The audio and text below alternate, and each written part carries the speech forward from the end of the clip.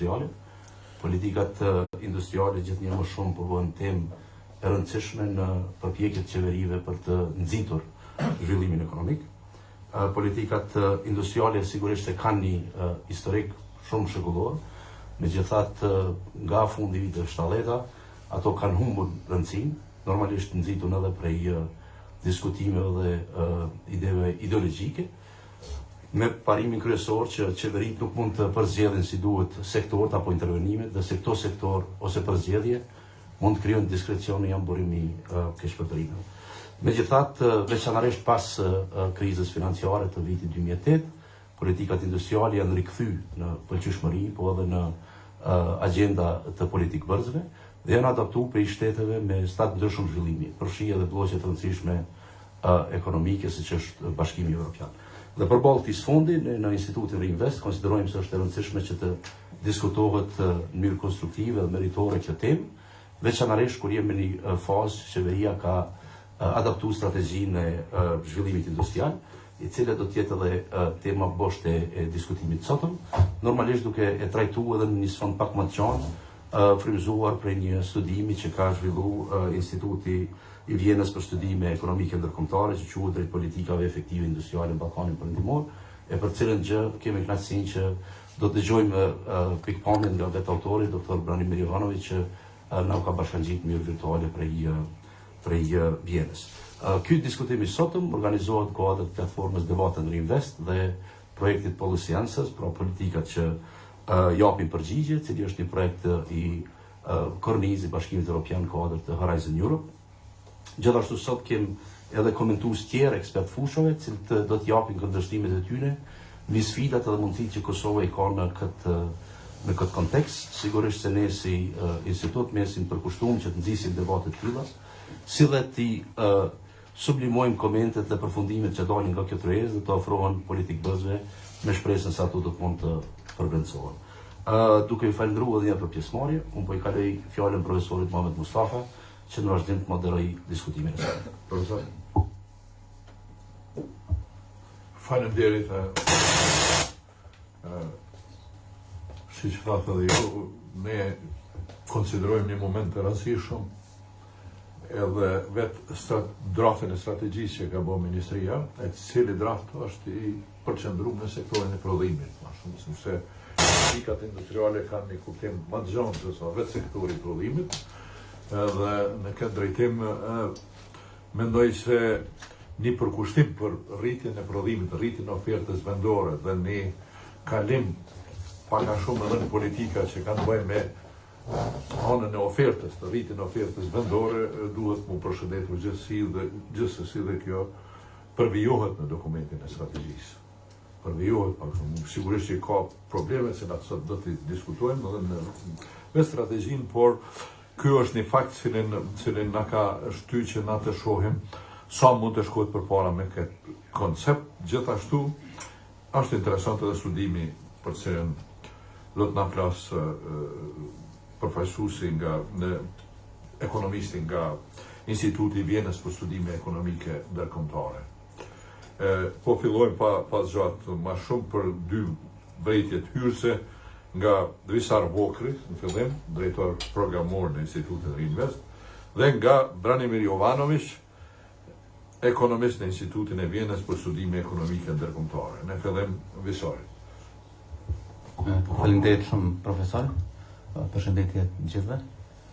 Unë padoshtë me ushu shumë në diskutimet karakterit ideologjik lidhur me rolin dhe përshmërimin e politikës industriale në përgjithësi. Do të përpiqem që në pak minuta në vem të ofroj një vështrim shkurt kritik lidhur me strategjinë për zhvillim industrial dhe mbështetjen e bizneseve Kosovë, apo siç po njihet tash si politika industriale e Kosovës.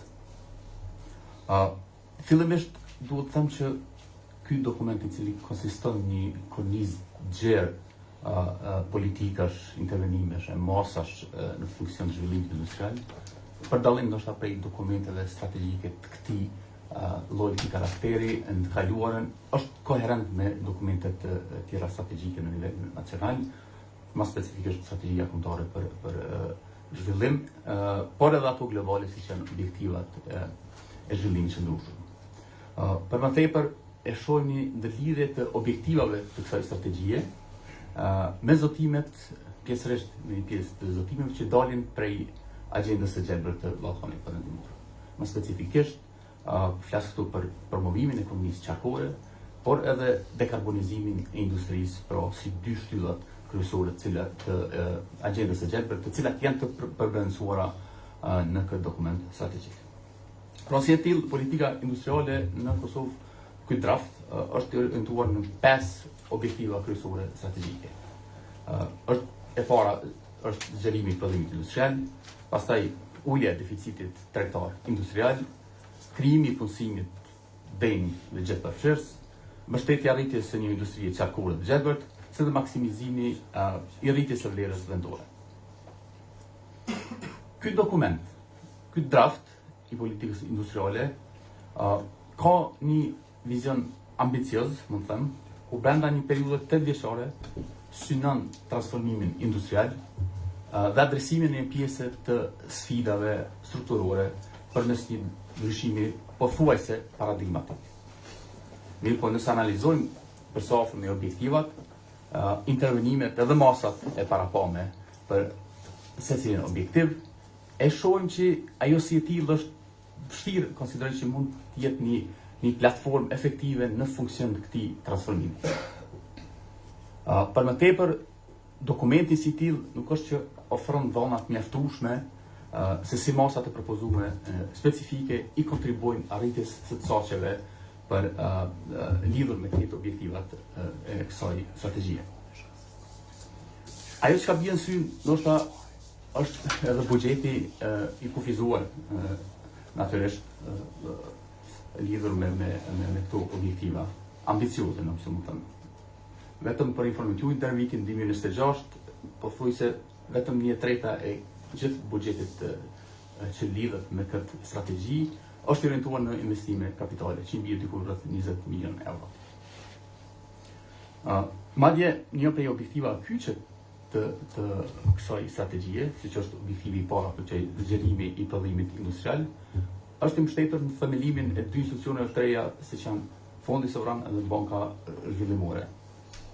Edhe pse ende nuk është qartë se kur mund funksionalizohen këto dy institucione edhe çfarë roli realisht do të luajnë ato.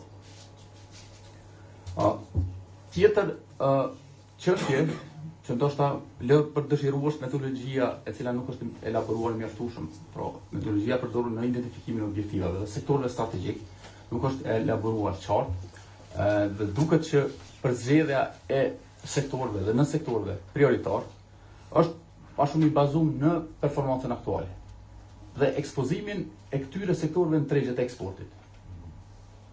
Pra, pa ndonjë analizë të detajume, do thoja, të përparësive krahasuese të këtyre sektorëve.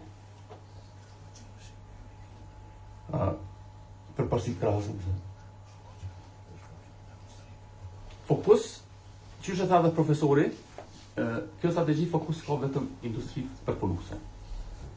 Po i përmend disa prej tyre, industrinë e plastikës, gomës, mobilerin, pijet, ushqimin, përpunimin e drunit, përpunimin e metalit, mineralet jo metalike e tjera. Pra, shihet që përzgjedhja atyre pra është bërë vetëm duke u bazuar në performancën aktuale, po jo edhe potencialin real industrial të këtyre të industrisë në përgjithësi. Sektori industrial, më falni, në përgjithësi. ICT-ja, turizmi edhe industritë kreative nuk janë përfshira fare. Pavarësisht që një pjesë e masave mund të konsiderohen që kanë karakter horizontal dhe në mënyrë jo të drejtë për drejtë mund të afektojnë edhe sektorët të cilët nuk janë përfshim në mënyrë të drejtë për drejtë në këtë dokument strategjik, prap konsideroj që këto sektor do duhet të ishin të përfshirë ndoshta në mënyrë eksplicite në masat që parashihen me këtë dokument strategjik. Edhe ajo për fund një prej vërtetave ndoshta që unë konsideroj që vrehet në këtë dokument është mungesa, le të themi, e një qasje që ka fokus ndryshimet sistemike. Pra masat ma shumë janë në funksion të saqeve, por jo dhe të përmirësimeve sistemike në industri. Unë kaq kom sa i përket vrejtjet mia, po më se do të kthehem prapë në diskutim po këtë për si vrejtje financiare. Faleminderit për këto vrejtje hyrësve dhe kemi kënaqësinë që ta ftojmë Dr. Branimir Jovanović, ekonomist në Institutin e Vjenës për studime ekonomike ndërkombëtare, më herët këshilltari i Ministrit Finansave të Maqedonisë edhe ekonomist në Bankën Qendrore të Maqedonisë. Branimiri është një nga antarët e ekipit të Institutit e Vjenës, i cili ka një renomi shumë të rëndësishme dhe ka një produksion saj përket zhvillimeve ekonomike në përgjithësi në Evropë, por sidomos në Evropën Qendrore dhe Lindore është, domethënë, instituti më prestigjos. Ata kanë botuar, si thënë Ervani, një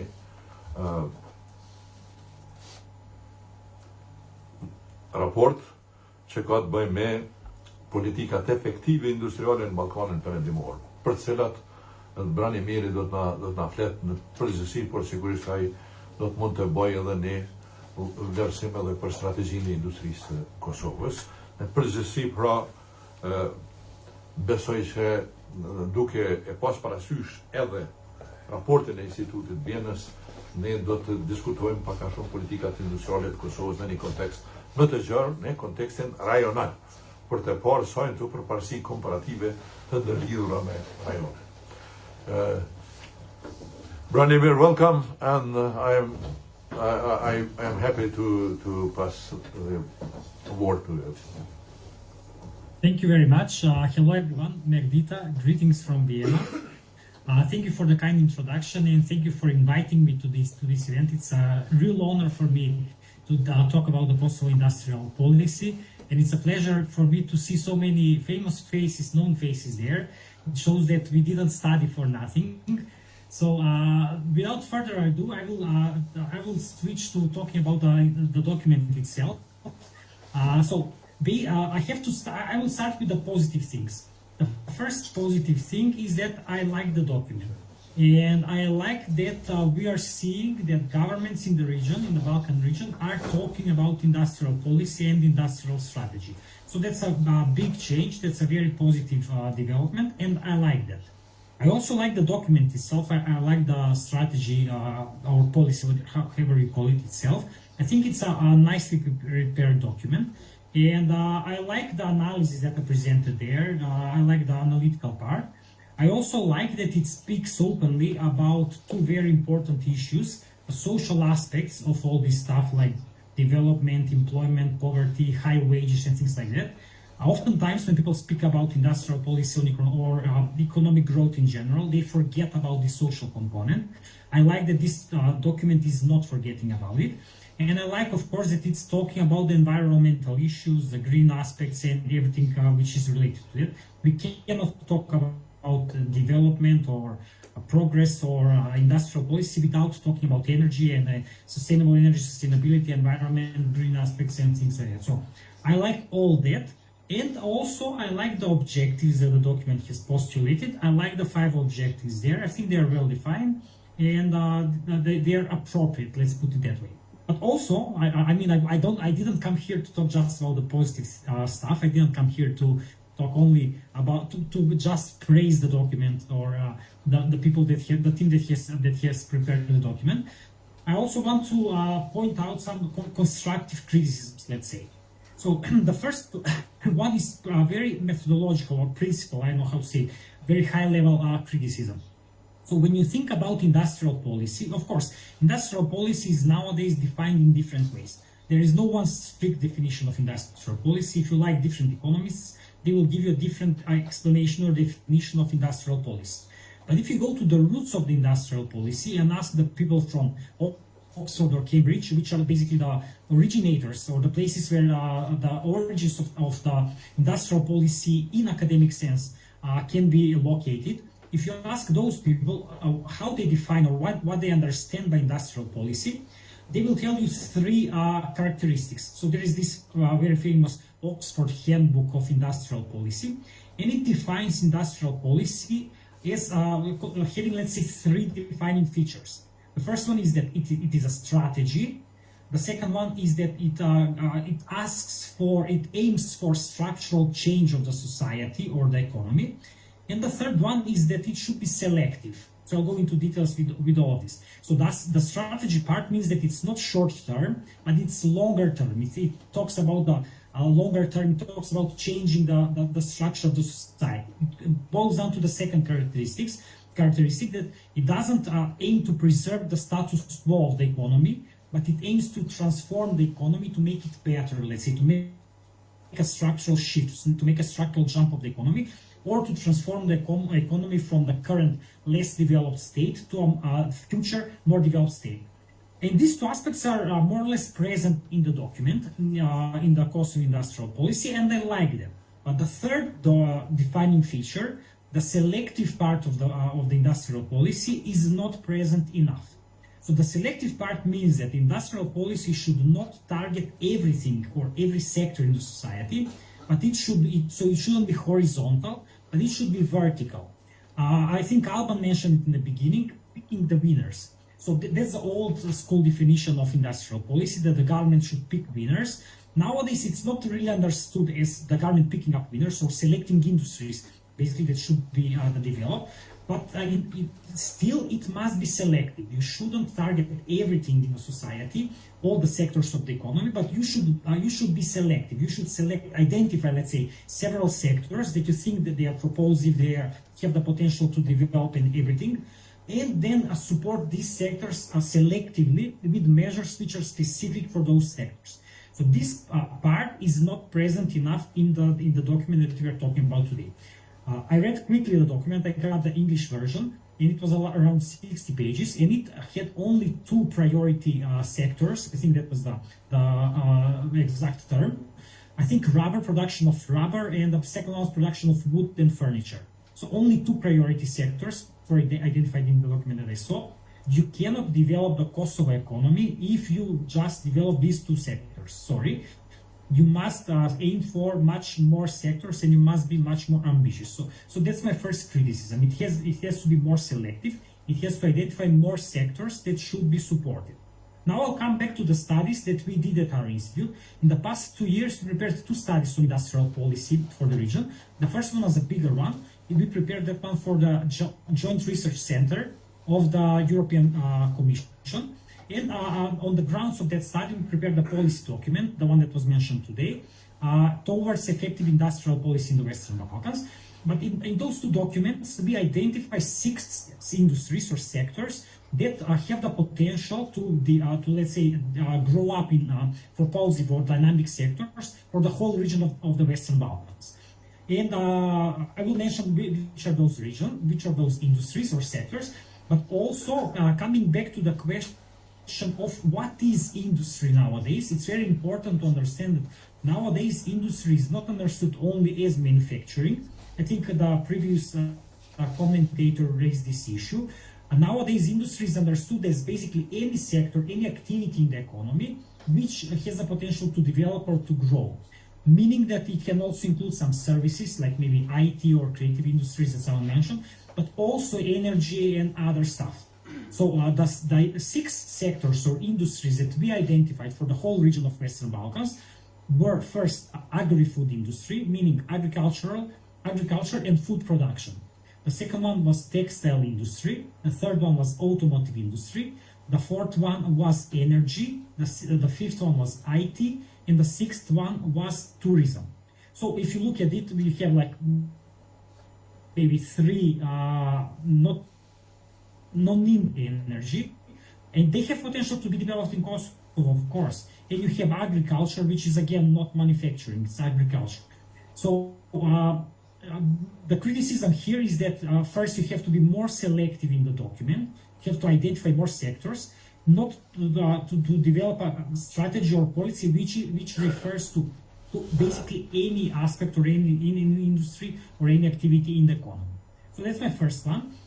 first criticism, constructive one. Then the second one, which I think should be mentioned, stressed more clearly in the document, is the relationship with FDI. Of course, you talk about FDI in the document, and everything that you mentioned there, I basically agree with it.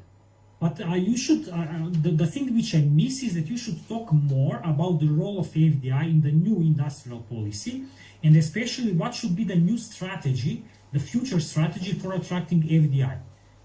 Should Kosovo stick to the strategy that the other countries from the region have been pursuing for the last 10, 15 years, like Macedonia, for instance, like attracting any kind of foreign FDI for foreign companies, including low-wage companies, basically factories where people just put up things together, work for low wages in poor working conditions? Or should you aim for high-tech industries like, I don't know, manufacturing? I'm just throwing an example here, like airplane engines and whatever, robotics or things like that. It's a big difference. Both are FDI, but there are different types of FDI. So you should be more concrete about that. So the thing that, what I have been talking about a lot in the last several years, and also not just me, but our institute, is that we have been criticizing this way of developing not just the Balkan countries, but Eastern European countries in general, by focusing on any kind of FDI. It leads you to a middle income trap. We see it in Slovakia, we see it to some extent in Czechia, in Hungary, in many of these, let's say, developed Eastern European countries, which have low level of unemployment. Of course, they have unemployment of 3-4%. Basically, everybody is working, but they are still middle income countries. They are not, I don't know, Switzerland, they are not Austria. They are locked in a middle income trap in a way. So one of the reasons why they are stuck in a middle income trap is that they have been focusing on attracting this FDI, which are limited. If you just try to attract FDI which produce one type of an automotive element, you are stuck in that. You can never move forward. So the lessons from those countries for the region, or in Kosovo in specific, is that you should be much more selective when it comes to FDI. So you shouldn't try to attract any FDI, including all these cheap labor, poor work conditions FDI, but you should try to attract high quality, high value added, high tech FDI. And that should be spelled concretely, specifically in the document, that the FDI policy, you need a new FDI strategy for the future, which will be aligned more with this industrial policy and also the new development goals that you also mentioned in the document.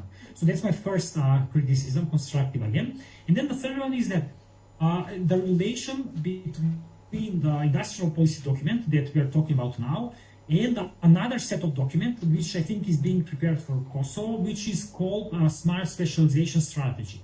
So these smart specialization strategies are the new industrial policy that the EU has been advocating, or I know which word to use, for not just for the region, but for the EU also as a whole. And the EU, through the Joint Research Center, has been working with the whole region of Western Balkans on development of these smart specialization strategies. The idea of these smart specialization strategies is that you identify several sectors for each of the companies in the region, and you develop measures that should be used to support these sectors.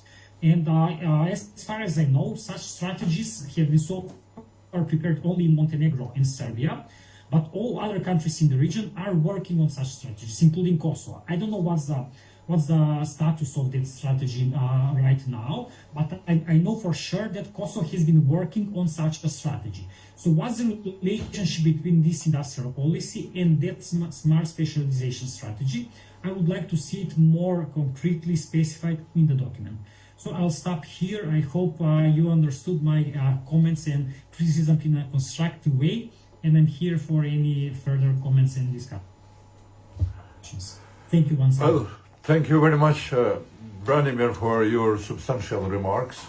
I think it is very important to bear in mind the problem of selectivity and structural change. I think the essence of the strategy is to induce, to accelerate change in the structure of manufacturing and in industries in Kosovo. We have that as an objective, but we don't see very much that with the policies and instruments to be achieved.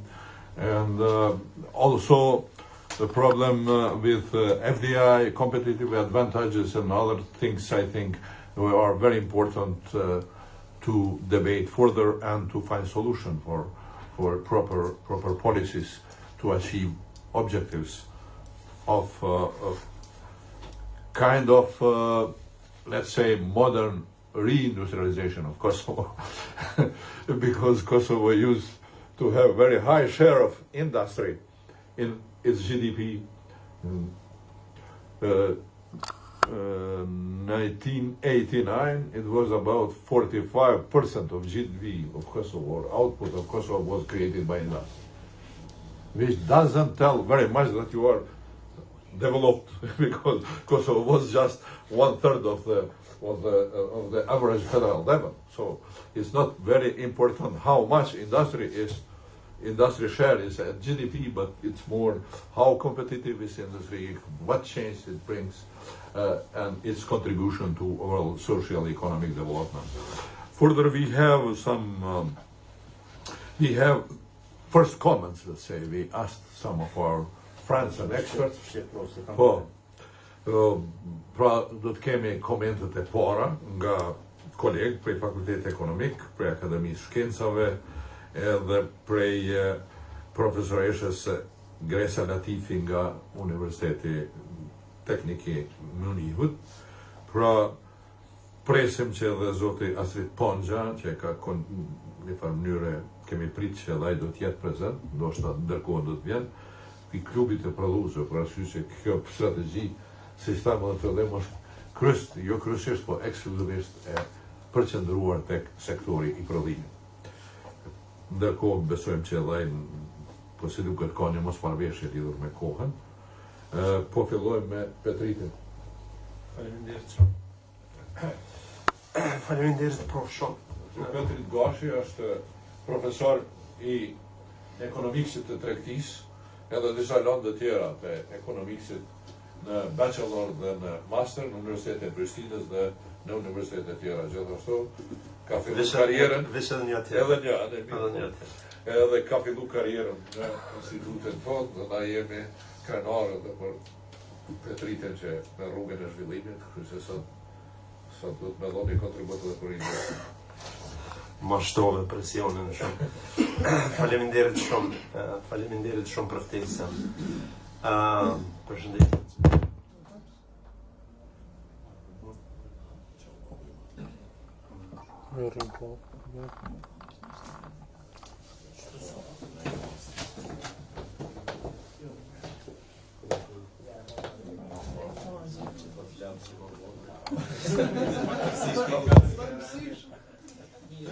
Tash vëmendja edhe me votë.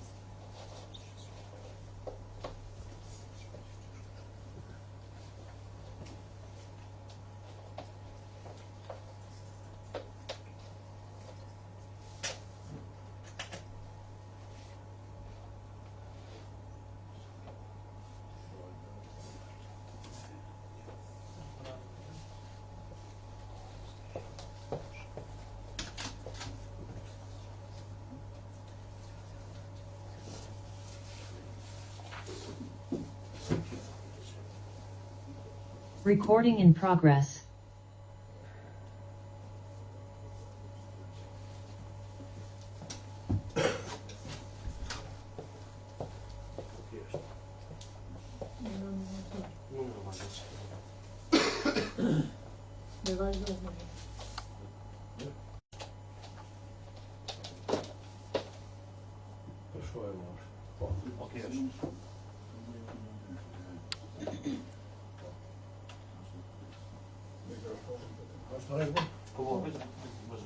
Po kërkojmë falje për problemet teknike, që fatmirësisht u zgjodhen, edhe tash po vazhdojmë me të drejtën. Faleminderit shumë për prof. Faleminderit për ftesën. Përshëndetje të gjithëve. Edhe unë si ju tjerët do të më nda kështu entuziazmin me këtë zhvillim sa përket strategjisë preindustriale. Ka kohë që është insistuar vërtet ju e nisë me mu si pjesë e Investit një për punëve të paras si pjesë e Investit ka qenë në studim e vitit 2003 në cilën ne qysh atëherë kemi pas identifiku problemet për në rrafshën e tregtisë edhe theksën e veçantë qysh atëherë kemi pas vendos në çfarë ndodh mrena si më thonë mrena oborrit tonë. Edhe studimet e mëvonshme pastaj e kanë identifikuar të njëjtin problem. Ju ordinoj që unë pak ma me kështu me theks të veçantë mira me çështjet e tregtisë në një seri studime që janë bë unë kam marrë pjesë vetë në ato fytet e ngushta në anën e ofertës janë identifikuar gjithmonë si problematike për kontekst gjerimit tonë në tregjet e jashtme. Edhe në një seri rekomandime që kemi dhënë gjatë viteve në vazhdimsi janë fokusuar vërtet në çështjet mbrana ekonomisë të Kosovës që duhet të adresohen. Ne kemi pas nevojë ose kemi nevojë vërtet për që ta është një pozitive spaku në shoh këtë zhvillim. Kemi pas nevojë me ndryshu paradigmën pjesërisht në këtë vend. Për vitet tona ne kemi pas një farë frymet mendumit në vendin tonë që ka qenë një frymë cila kryesisht është imponuar në vendet tjera të ne kemi njekë si në vendet tjera një farë fryme të liberalizimit tregut e ngjashmeve. Unë isha numrat edhe i krahasoj me numrat e më hershëm, rritje ka pas, zhvillim ka pas, po jo në është çfarë të duhet të ishte kjo rritje ose ky zhvillim. Unë gjithmonë kam menduar që duhet pak edhe me eksperimentu edhe me politika tjera, po për një kohë gjatë, siç e dimë, edhe potencuar edhe këtu kjo çështja e politikës industriale ka qenë diçka që nuk ka qenë shumë e mirëpritur në rrethet e caktuara të politikë bërjet. Fatmirësisht ka një farë rikthimi shumë të madh, po them fatmirësisht, një rikthim të madh të politikës industriale dhe besoj që është një zhvillim shumë i rëndësishëm. Sido që tjetë pa diskutim që me njëherë edhe përkundër këtij farë entuziazmit tonë me këto zhvillime duhet problemet që ndrojnë me këtë politikë edhe më tutje. Gjithçka në esenë çfarë është diskutuar edhe të gjitha problemet që lidhen me këtë politikë dhe janë, që me thonë, janë theksuar në vazhdimsi, që ndrojnë edhe më tutje. Problemet, sidomos në kontekstet si joni, problemet janë pranishme gjithmonë, rreziqet që kjo politikë mund të delë prej dorës, kështu mund të shkaktojnë nështë probleme më të mëdha se sa ekzistuese që janë, jo pa diskutim valide. Une para se me kalu tek disa prej çështjeve që identifikohen, nështë kisha dashur veç kështu me nxjerr për më tepër për diskutim, një çështje që vrejtja nuk e pash, nështë se visari ju referu do çështjeve që në spakun versionin tim të dokumentit nuk i kisha po ndoshta e kam trajtuar dhe çështje, kështu që me çat kujdes një problem ndoshta si të përgjithshëm të draftit nuk pash në farë metodologjie shumë qartë të theksuar, si me thonë mbi gjithçka mbi cilën është zhvillu dokumenti. Si mbi propozimet që i ka dhënë, vërtet ka referenca aty këtu në dokument, po jo shumë të qarta. Tash në versionin tim ka dikun që referohet të do shtojcave në fund të dokumentit, të cilat nuk i gjetën, ndërsa aty mund të jenë në pjesë të diskutuar, po unë nuk i pash, dhe duhet dokumenti si i tillë, me qenë se ka peshë dhe është kompleks shumë dhe potencialisht mund edhe të cilë të mira, po mund të cilë edhe probleme të caktuara, duhet të ketë një bazë të fuqishme metodologjike. Tash unë kam edhe një farë në shavesi edhe kështu profesional që kjo çështje të politikave industriale janë, si me thonë, intenzive në dhana shumë, edhe kërkojnë dhana, kërkojnë analiza, thejme për se cilin dimenzion, jo veç këto, për edhe tjera, po veçanërisht kjo me qenë se rreziqet janë të mëdha shumë. Kërkojnë, si me thonë, për se cilin prej çështjeve që është ngritë, se cilin prej propozime duhet të ketë një menim mbrapa. Edhe kjo nuk është veç për stadin poshtë politika. Sot ne po e diskutojmë një draft, po në qoftë se e tillë duhet pa diskutim ta përcjell implementimin e vazhdueshëm, atë ciklin e vazhdueshëm të politikë bërjes. Diku ka funi politika i referohet një farë rishikimi në vitin 2026. Unë konsideroj që kjo politika e natyrës tillë duhet të rishikohet në vazhdimsi. Edhe ky farë rishikimi nënkupton që dikush duhet merret edhe të bëjë analiza të vazhdueshme me pa se apo funksionojnë propozimet ajo, edhe me bë pastaj dhe bërë një farë që ne i themi një farë tipit të fine tuning të vazhdueshëm. Çështjet që janë pak ma specifike që unë do doja të shihja në dokument, e para e tyne ka të bëjë me një farë strukturë institucionale të fuqishme që duhet tjetë në mrapavit të kësaj politike. Duket që politika është ndërtuar në emër të qeverisë të Kosovës, politika është ndërtuar vërtet është bërë për Ministrisë së Tregtisë edhe Industrisë, Mintit për e thëmë, është udhëheq nga Departamenti i Industrisë. Këtu ka një farë çështje nëse mbetet, megjithëse është pak e paqartë në dokument, megjithëse nëse mbetet në domenin e Ministrisë që ta implementojë këtë politikë, është po them spaku përtej ndoshta rekomandime që shohin në studime, sepse gjithmonë kjo politikë me qenë se ka shtrirje në segmente ndryshme edhe të jetës publike, po dhe më gjithë, duhet të ketë bajraktarin mbrana kryeministrisë. Tash zakonisht propozimi është që ta merr përsipër këtë politikë dhe ta koordinoj zëvendës kryeministrit teme, po në nivelet e tilla, sepse një politikë që ka një shtrirje kaq gjerë është problematike nëse merr përsipër një ministri e vetme me e udhëheq. Një çështje tjetër në kontekstin institucional që duhet të theksohet, nuk e pashun në dokument, është dimensioni i koordinimit. Diku ka funi dokumenti thotë që duhet të ndërtohet një varë trupe e cila do i koordinoj hapat.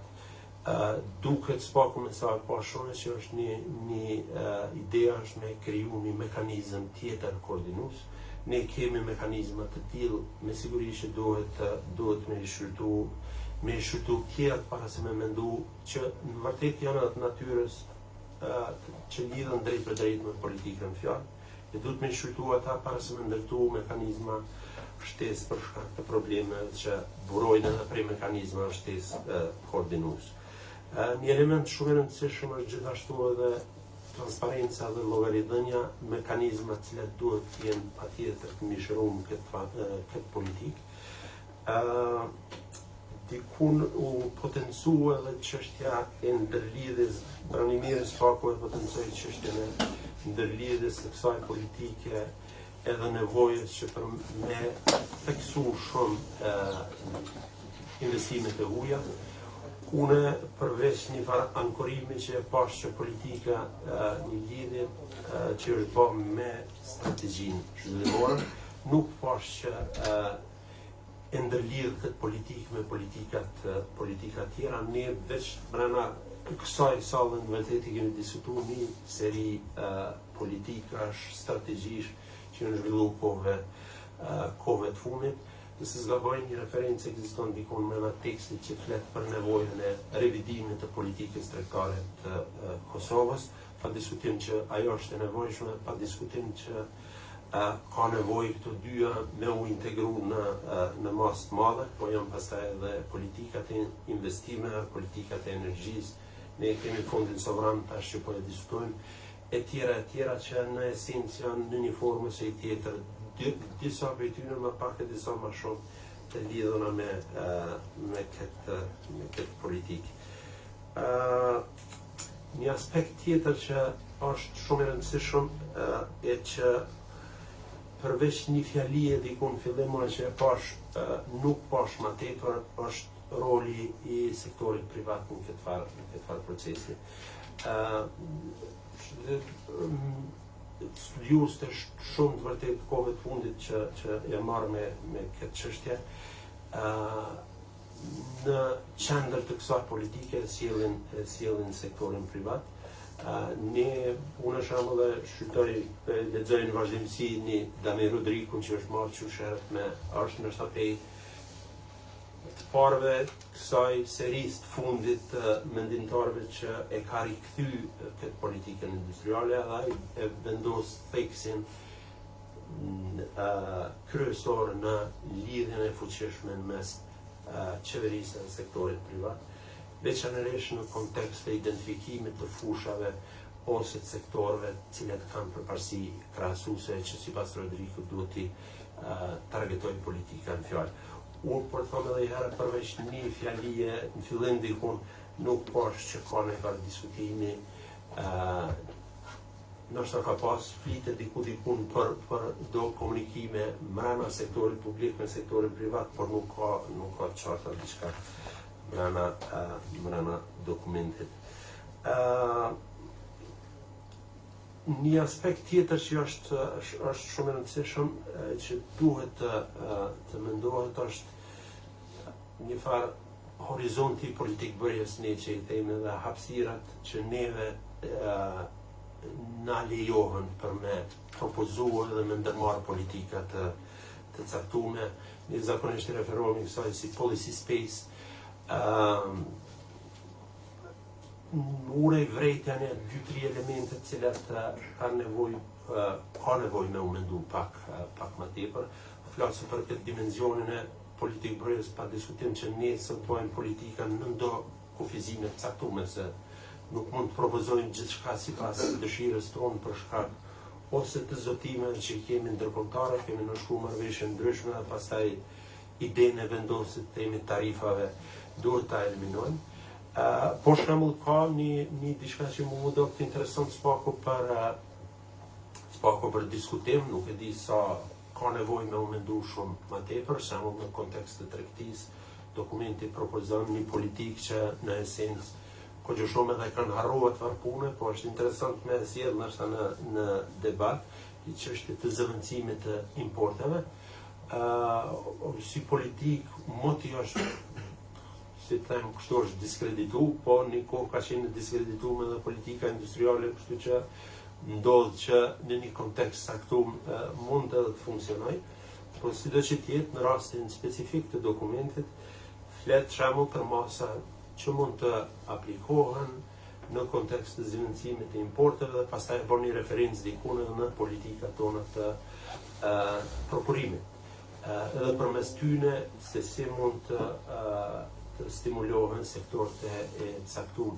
Tash unë kur flas për atë horizontin e politikë bërjes, ne shembull në marrëveshjen stabilizim asociem e kemi negociuar këtë aspekt. edhe në marrëveshjen stabilizim asociim kemi thënë që nuk dohet diskriminohen aston në proceset e prokurimit, pa më parasysh cilat janë qëllimet. Kështu që dimensionet e tilla patjetër që duhet të jenë të qartësohen mrena dokumentin. Falë se nështë e kemi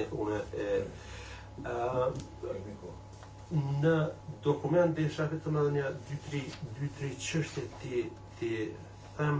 Në dokument propozohen ose jipen rekomandimet të caktuara, po nuk ka një farë qartësie mbi parimet e këtyne propozime, kështu që duhet mendohet ndoshta më tepër në këtë drejtim, pa diskutim që literatura i ka zhvilluar një seri parimesh me të cilat do duhet të propozoheshin masat e caktuara.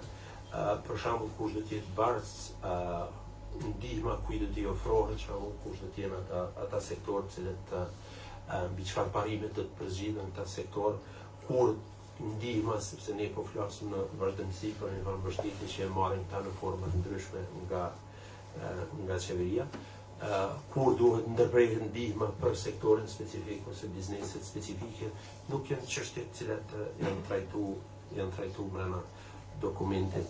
Unë në kontekst të masave të cilat janë propozuar, një vërejtjen që unë e kam vërtetë dhe potencioj dhe pranimirin më herët, që nuk e besoj që kemi qenë shumë inventiv në këtë farë drejtimi. Besoj që duhet me mendu pak ma jashtë kornizës, pa diskutim nëse mendojmë që sektorët si sektori i gomës, sektori industria kimike ose industria e grurit e tjera mund të jenë barcë. Unë mendoj pa gjyku se cili mund të jetë zhvillimi i tyre, po vetëm besoj që duhet jemi pak ma si të them kështu, ma optimist në këtë drejtim, ma inovativ ndoshta.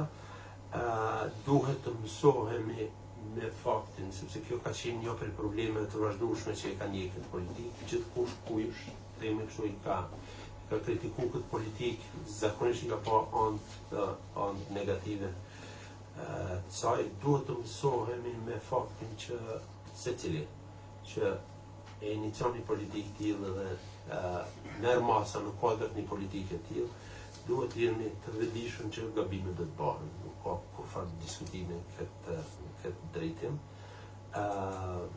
Veçanërisht ju referova Rodrikut, desha t'i referohem edhe një herët, se ai dikun thot në studimet e tij që nëse qeveria nuk bën gabime, atëherë nuk është ka munohet boll. Kështu që duhet ta kemi parasysh këtë aspekt që gabimet do të bëhen me siguri që jo të gjitha masat edhe jo të gjitha sektorët do të jenë të suksesshëm, po për momentin nuk shoh një farë alternative tjetër përveç një farë prezencë pak më të madhe të qeverisë në jetën tonë ekonomike. Unë i kam edhe do elemente tjera, po du me e përmbyllu këtu. Faleminderit shumë për vëllëmin. Diskutojmë Besnici, profesori ekonomiksit, po edhe ato e akademisë të shkencave dhe intensivisht merret edhe me zhvillimet në sektorin privat. Faleminderit profesor, përshëndetje gjithëve. Vërtet falenderoj Investin që vazhdimisht propozon tema që janë mjaft interesante dhe kyçe për zhvillimin ekonomik të Kosovës. Kujtohet para 4 viteve, më duket pavarësisht kemi qenë këtu një debat ngjajshëm për politika industriale dhe është shumë pozitive që sot e kemi një dokument strategjik për cilin po diskutojmë, sepse elementet të politikave industriale ne kemi has ose të paktën kuptimin e implementimit ka qenë shumë të shka përderva. Dhe në këtë kontekst unë du të diskutoj pak lidhur me disa vrejtje të përgjithshme. Po padyshim që dokumenti është një avancim shumë i madh, i përmban gjitha elementet e dokumenteve strategjike edhe objektivat, edhe nën objektivat. Pastaj këto përcillen me masa dhe ajo që më pëlqen shumë është disa mac dhe indikatorë shumë të matshëm, të cilët e përcjellin edhe implementimin e strategjisë. Dokumenti referohet disa dokumenteve strategjike, sikur strategjia kombëtare e zhvillimit, mirë po megjithatë nuk hasa që ky dokument i referohet disa dokumenteve të brendshme që kemi punu, kam qenë edhe në pjesë të tyre të Ministrisë Tregtisë, Industrisë dhe Ndërmarrësisë, apo si po quhet tash, dhe që diskuton shumë për analizën e vlerës në disa sektorë specifik, përfshirë edhe sektorët në cilët këtu diskutohet. Pse po them këtë? Është shumë e rëndësishme, sepse nëse politika industriale është për të përzgjedhur disa sektorë specifik dhe lidhet me ato që tha dhe Brane për ndonjë ndikim vertikal në sektor, sepse vetë natyra e sektorit është vertikale, atëherë ose është ajo që quhet picking winners, ose është përzgjedhja e sektorëve që kanë ndikim potencial në ekonomi. Ne kemi disa shembuj në Kosovë dhe vazhdimisht i marr shembuj sektorin e teknologjisë informatike dhe sektorin e bujqësisë. Sektori i bujqësisë ka qenë në 10 vitet e fundit ndoshta edhe më shumë, ka qenë shumë i subvencionuar me grante, domethënë shumë para publike janë investuar, mirë po rezultati nuk është prezant për arsye se treguesit tregojnë që eksporti, importi këtyre produkteve nuk është që ka lëviz shumë. Në anën tjetër kemi një sektor që nuk u marr një kohë gjatë, mirë po është kriju vetë, që është teknologjia informatike, dhe më në fund kur krijohet sektori, bën intervenime të caktuara prej qeverisë për ta përkrahur sektorin. Te politikat industriale duhet ta kemi parasysh edhe një aspekt tjetër që ka të bëjë me kostot dhe përfitimet të çdo intervenimi që bëjnë politikat. Dhe pyetja ime është, për shembull, nëse përzgjedhet diçka, a mund të zhvillohet ai sektor pa ndërhyrje direkte, apo vetëm me politika horizontale për të cilat do të diskutoj pak më vonë. Në dokument konstatohet me drejt që duhet të kemi parasysh sektorët të cilët kanë ndikim në ekonominë lokale përmes maksimizimit të vlerës së shtuar. Megjithatë, unë kam disa vrejtje lidhur me sektorët, jo pse si janë të rëndësishëm, mirë po nëse analizohet në afat gjatë, shtohet pyetja sa mund të kontribuojë në vlerën e shtuar të ekonomisë lokale, kur e kemi parasysh shembull nëse marrim sektorin e teknologjisë informatike, që këtu nuk është i përfshirë, ai ka ndikim shumë të madh, se ka përmirësuar bilancin e pagesave, mirë po zinxhiri i vlerës është shumë i shkurtër. Te disa sektorë tjerë, po edhe të sektorë tjerë që janë përzgjedhur këtu, siç është industria e gomës dhe plastikës dhe industria e drurit, ndikimi është minimal. Dhe me gjas, ky ndikim do të mbetet minimal në afat pak më të gjatë kohor, duke pasur parasysh strukturën e inputeve që këto kompani blejnë për ekonomisë lokale, dhe shtron një çështje të aftësisë konkurruese në afat gjatë, duke pasur parasysh edhe këto trendet e ndryshimit të fuqisë punëtore, migracionit dhe të tjera. Nëse teknologjia vjen nga BE-ja, nëse lënda po vjen nga BE-ja, bile përmendet edhe nga Austria, këto kryesisht edhe vende të tjera, dhe nëse vetëm fuqia punëtore është faktor kyç që ndërton konkurrueshmëri, atëherë në afat gjatë janë disa dilema se si do të zhvillohen ta sektorë, dhe pse duke performuar mjaft mirë. Dhe kjo që përmendi Visari më herët, jo vetëm duke u bazuar në performancën aktuale të sektorëve, po potencialin e tyre në një afat më gjatë kohor.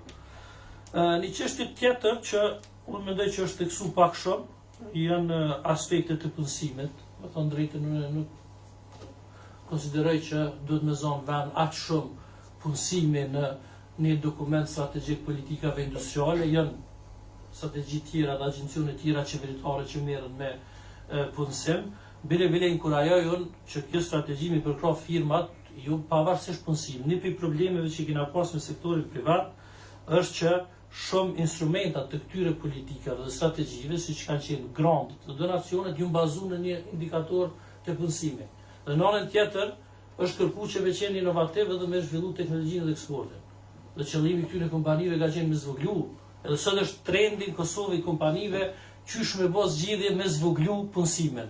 Nuk do thot na fat gjatë që këtu reflektohen prapë në rritje të punësimit. Po jemi qenë fokus, mu të thëmë drejtën në disa vende e pashë dhe kisha përshtypjen që për lexoj një strategji për masa aktive tregut punës që kanë të bëjnë me ministri tjera. Unë mendoj që nëse zhvillohet politika industriale ashtu si duhet, by default punësimi dhe çështje tjera do të rregullohen. Një tjetër çështje që ka të bëjë me këtë dokumentin ka të bëjë një koordinim pak më mirë me politika gjenerike ose horizontale. Më vonë do diskutoj për këtë dokumentin rajonal, po ne kemi problemeve kyçe në politikat horizontale. Çfarë do politike të mirë industriale që mund ta dizajnojmë? Nëse nuk kemi politika përcjellëse horizontale dhe gjenerike, ne kemi me dështuar këtu bë pjesë edhe edukimi, infrastruktura përcjellëse që diskutohet pak, po jo aq sa duhet, sepse nevojitet një infrastrukturë jashtëzakonisht e komplekse për të siguruar edhe fair play në treg. Bizneset ankohen shumë dhe nuk kanë shembull mundësi që t'i kontestojnë cilësinë dhe kualitetin e produkteve të importuara në tregun vendor. Dhe njëjtën gjë nuk mund të bë këta në vendet e tjera. Tek pjesa e financimit ka shumë është diskutuar këtu, janë masat që diskutohen, ekzistojnë edhe instrumentet politikave, por mendoj që tash fokusi duhet të jetë scale-ups apo të përshkallëzimi i bizneseve, sepse për biznese fillestare për të cilat diskutohet në dokument, u thuaj se ka mjaft fonde edhe nga donatorët ndërkombëtar, po edhe nga disa instrumente që ka zhvilluar qeveria jonë. Përndryshe të instrumentat e implementimit, sepse në fakt ne me strategji më shumë po dështojmë të instrumentat. Dhe aty pastaj vjen edhe çështja ku mund të japë edhe kontribut edhe biznesi dhe këta tjerë. Për momentin ne kemi shumë probleme që kemi një fragmentim, një shkapërderdhje të këtyre instrumenteve në për agjencione ndryshme qeveritare, në për departamente, në për ministri dhe nuk është një koordinim adekuat. Tjetër çështje është roli i investimeve tuaja direkte, që në fakt nuk i japet rëndësia duhur në këtë dokument, do shta do të ishte mirë pak të theksohet më shumë dhe të shohim se si mund të promovimi investimeve tuaja direkte në Kosovë të ndikojnë në disa sektorë industrial, që është shumë e rëndësishme. Dhe tash do dalë të një temë tjetër, kjo na qenë të një temë tjetër që lidhet me dokumentin e Institutit Vjenës, vashmërinë e politikave industriale në kontekst rajonal, që janë shumë të rëndësishme dhe që duhet i kushtohet më shumë rëndësi në këtë dokument strategjik, se tek e fundit aftësia konkurruese e regionit janë shumë të rëndësishme për zhvillimin ekonomik të Kosovës. Dhe këtë dëshmon edhe te dokumenti të cilin e kanë shuar Instituti Vjenës. Te Instituti i Vjenës përmenden shumë zonat ekonomike në Ballkanin Perëndimor, që është forma ndoshta më e thellë ndonjë intervenimi, ndoshta edhe industrial që ka ndodhur në Ballkanin Perëndimor, sidomos në Serbi dhe në Maqedoni, dhe që konsideroj që duhet të nxjerrim disa mësime nga këto intervenime dhe politika rajonale, që nuk e pash në dokumentin e unë prita që në dokumentin e Vjenës të shoh disa nga këto mësime që rrjedhin nga rajoni. Çka ka ndodhur në fakt në rajon në vitet e fundit, ka ndodhur një dokument të quajmë Race from the Bottom, ku vendet e rajonit, sidomos Serbia dhe Maqedonia, kanë qenë në një konkurrencë direkte, duke u shtyrë, domethënë për të hequr investitorë dhe për të ofruar incentiva dhe për të ofruar edhe grante, edhe subvencione dhe gjitha. Dhe në fund i kemi disa mësime që mund të nxjerrim. Sa kanë ndiku këto intervenimet politikave në Maqedoni, sa kanë ndiku në Serbi, janë përmirësuar disa tregues nivelit makro, përmirësimit bilancit pagesave, u rrit shembull eksporti me miliarda në Maqedoni dhe në Serbi, po është rrit edhe importi. Dhe realisht vlera e shtuar ka qenë shumë minimale. Prandaj këto mësime duhet të nxjerrim për nevoja edhe të strategjive të ndryshme në kontekst nacional në Kosovë, po dhe në vendet e Ballkanit Perëndimor. Realisht shumica e këtyre kompanive globale që kanë qenë ose janë prezente në vendet e Ballkanit Perëndimor, blejnë një përqindje shumë të vogël të inputeve. Do thonë dikur ka qenë pi 5 deri në 10% në një studim që kam qenë vetë i kyçur direkt. Dhe nëse analizon strukturën e inputeve që blejnë nga ekonomia lokale, nuk lidhen me core business, ose me atë biznesin kryesor që kanë bizneset, lidhen me disa shërbime tjera që nuk kupton se nuk janë menduar mirë. Në fakt, një konkluzion që kemi nxjerrë është se këto politika nuk kanë qenë të koordinuara me politika tjera horizontale. Prezenca shembull në investitorit të huaj ne mund ta thirrim edhe Apple shembull Kosovë me investor. Po çka mund t'i ofrojnë kompanisë Apple? A mund t'i ofrojnë vetëm shërbime të pastrimit, mirëmbajtjes, edhe a mundin mu kyç me një kompani ose një kompani ndërkombëtare në Kosovë në biznesin e tyre kryesor ku kemi vlerë të shtuar. Prandaj edhe në dokumentin po shumë indikator në cilët dokumenti ju ka referu, po unë pëlqej që i kanë marrë disa indikator lidhur me vlerën e shtuar për kohë banore, sepse nga njerë edhe këta tregu statistikor relativ, ndoshta nuk na tregojnë situatën e qartë, sepse zhvillohet në sektor më shumë, nuk do thotë që nuk është duke zhvillu ky sektor konkret. Një tjetër mësim që mund ta nxjerrim nga ato politikat rajonale është se shumica e këtyre investitorëve realisht ndoshta edhe strategjik, por në kuptimin e incentivave edhe kanë lënë vendi ku kanë investuar brenda 10 viteve sa kanë gjatë këto incentiva, subvencione grante. Bile shembull në Serbi ju shku aq larg sa që vlera e subvencioneve granteve ose përkrahjes për politikave që ka zhvilluar Serbia e ka tejkalu investimin që ka bërë kompania në Serbi. Do të thotë që është goxha absurde nëse nuk i ndoni arsye tjetër. Dhe kjo shtron çështjen, edhe kjo ka qenë temë debatit edhe në këto vende që bëj përmendje lidhur me kostot dhe përfitimet e çfarë do intervenimi që kanë bërë qeverit lidhur me këto. Dhe çështja tjetër ka të bëjë me zhvillimin e fuqisë punëtore. Ne kemi shembull ka pas raste edhe në vendet e rajonit ku më të rëndësishme kanë qenë fuqia punëtore kualifikuar që ka qenë prezente në disa rajone, se sa këto incentiva dhe para në një farë forme cash që ju kanë dhënë këtyre kompanive. Dhe kjo ndoshta është një mësim për Kosovën se si ne duhet të përshtasim me politika horizontale dhe të zhvillojmë disa kapacitete absorbuese edhe në sektorëve tjera që lidhen edhe me investitorë të huaj, po edhe me këta sektorë që i përkrahun. Dhe krejnë fund, unë Petriti filloj me diskutu pak për disa çështje dhe obligime që kemi edhe në kuptimin e këtyre ndërhyrjeve me Bashkimin Evropian, edhe me rajonet, pse rajoni shpesh realisht i ka shkel këtu, po është çështja edhe në nivel të Kosovës. Çfarë do ndërhyrje ka një kost dhe picking winners, edhe me përkrah winners, do të qenë pak të kujdesshëm në shpenzimin e paras publike, sepse një çështje fundamentale është në anglisht quhet counterfactual. Çka nëse s'kish qenë përkraja, i zhvillu sektori, mënyrën që i zhvillu edhe me përkraje, dhe në Kosovë ka plot raste ku sektori i zhvillu edhe pra përkraje. Dhe në fund është cilësia e institucioneve që është shumë e rëndësishme. Çfarë do strategjie për të pasur sukses duhet ta ketë besimin institucional, i cili është shumë i rëndësishëm.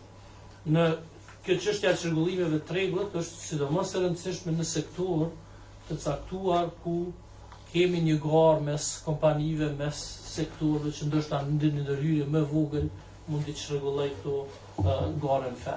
Pra, këto janë disa çështje që unë mendoj duhet t'i kemi parasysh, e implementimi është çështje tjetër që është më komplekse se sa vetë strategjia dhe draftimi i strategjisë. Faleminderit.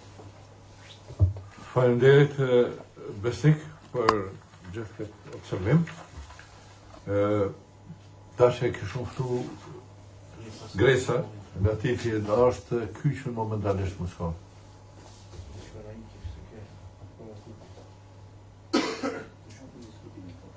Po në qoftë se Gresa nuk është momentalisht në mundësi që të kyçet me komentet e saja, atëherë ndërkohë në qoftë se ajo lidhet me neve, do t'i japim fjalën. Tash e kishëm hap një debat në përgjithësi dhe dikush se ka ndonjë koment apo ndonjë sugjerim. Para kësaj në veç kisha theksu disa elemente që kishin mujt me pak mu diskutu ma shumë. Mendoj se na shohim se industria ka një ambicie kjo strategji. Sa është ambicia kësaj strategji për 7 vjetë, do më thonë, 2023-2030, për 7 vjetë në këtë drejtim, mendoj se në përgjithësi është një realizëm, pritet që produkti, do me thonë, outputi i industrisë më rrit 50% në këto 7 vite, që për 7 vite objektivisht që se merën masa mund të më rritë duke morë parasysh bazën e ullë që kemë. Gjithashtu edhe të bilanci i pagesave, ajo që e diskutoj pak edhe Besniku, unë paka shumë këtë qashtjen dhe lidhen qashtjeve sociale, se që jenë të rëndësishme dhe qashtjeve sociale.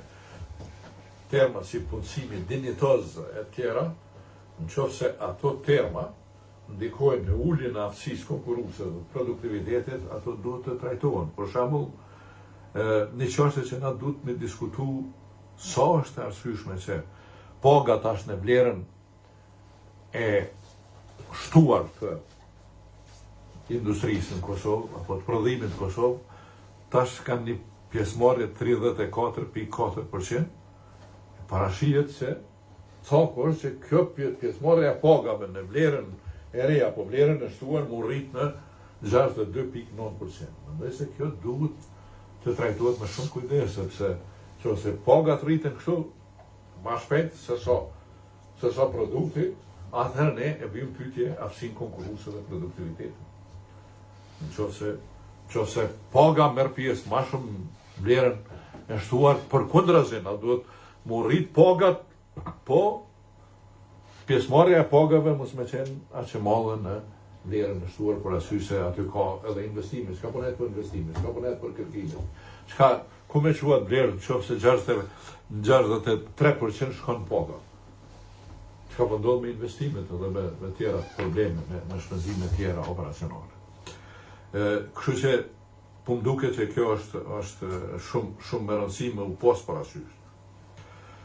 Pra, vlera e shtuar po rritet 50%, pjesëmarrja e industrisë për këto 7 vite në GDP-n e Kosovës, në produktin bruto të Kosovës, prej rreth 13.6%, që 10 vjetë e kalume ka met njëjtë.